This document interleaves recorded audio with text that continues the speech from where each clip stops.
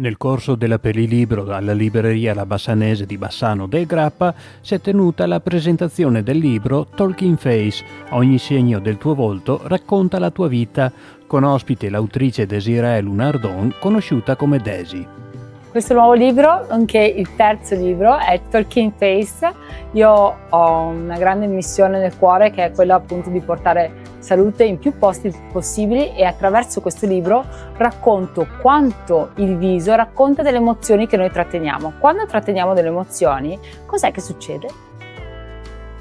Succede che non stiamo proprio così tanto bene e il nostro viso ce lo racconta molto prima di quando forse delle volte ce ne rendiamo addirittura conto noi stessi, perché il nostro corpo, come il nostro volto, lo comunica immediatamente. Quando noi tratteniamo un'emozione è una cosa che non ci fa star bene trattenere le emozioni.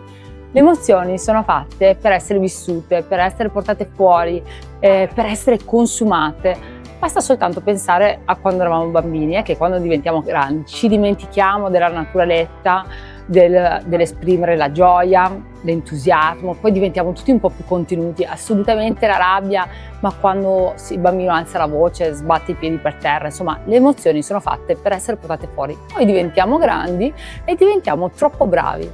E la risposta al perché diventiamo troppo bravi è semplicemente che pur di essere accettati dalla società e dagli altri, diventiamo quello che gli altri vogliono che noi siamo, rinunciando a noi stessi. Ma la rinuncia a noi stessi porta a una cosa che io porto con me da tanti anni, dal primo libro che ho scritto. I pensieri determinano la tua salute o la tua malattia. Attraverso il progetto Talking Face, l'autrice ha guidato il pubblico in un percorso alla scoperta del volto come specchio delle emozioni e della storia personale.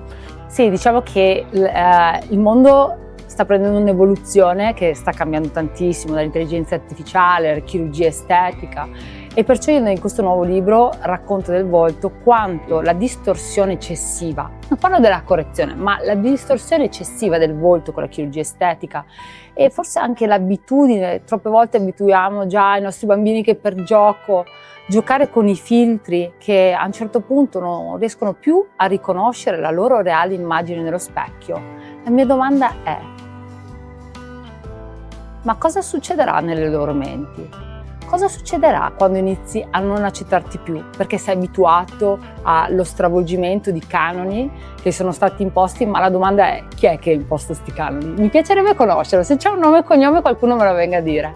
E soprattutto tutti questi filtri ci rendono tutti bellissimi, anche i bambini ci giocano con gli animaletti, i filtri, ma poi questi filtri prendono quasi il possesso di noi e non abbiamo più il coraggio di farci vedere nei social con magari la ruga, con qualcosa che non va bene, ma questa poi nella nostra psiche diventa una difficoltà nell'accettazione.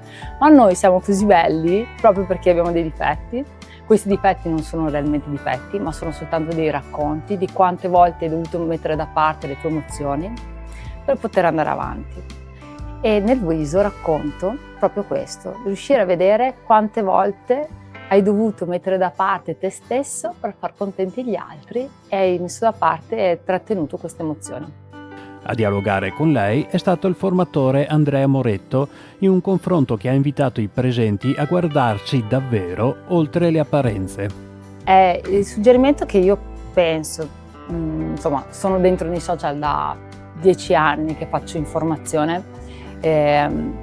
È chiaro, tutti vogliamo essere belli, accettati dagli altri, ma se noi iniziamo a omologarci, non ci sarà mai più la differenza tra uno e l'altro. Uno potrà scegliere una persona anziché un'altra, tanto si assomigliano tutte.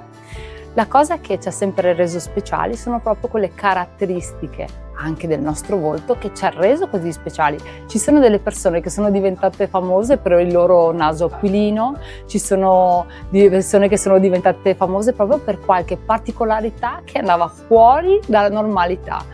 E io dico che queste particolarità sarebbe ora di iniziare a dargli valore e smettere di voler essere tutti uguali, perché se tu vuoi essere uguale come tutti gli altri sarà uguale anche il tuo carattere e allora non ci sarà nessun motivo per poterti scegliere.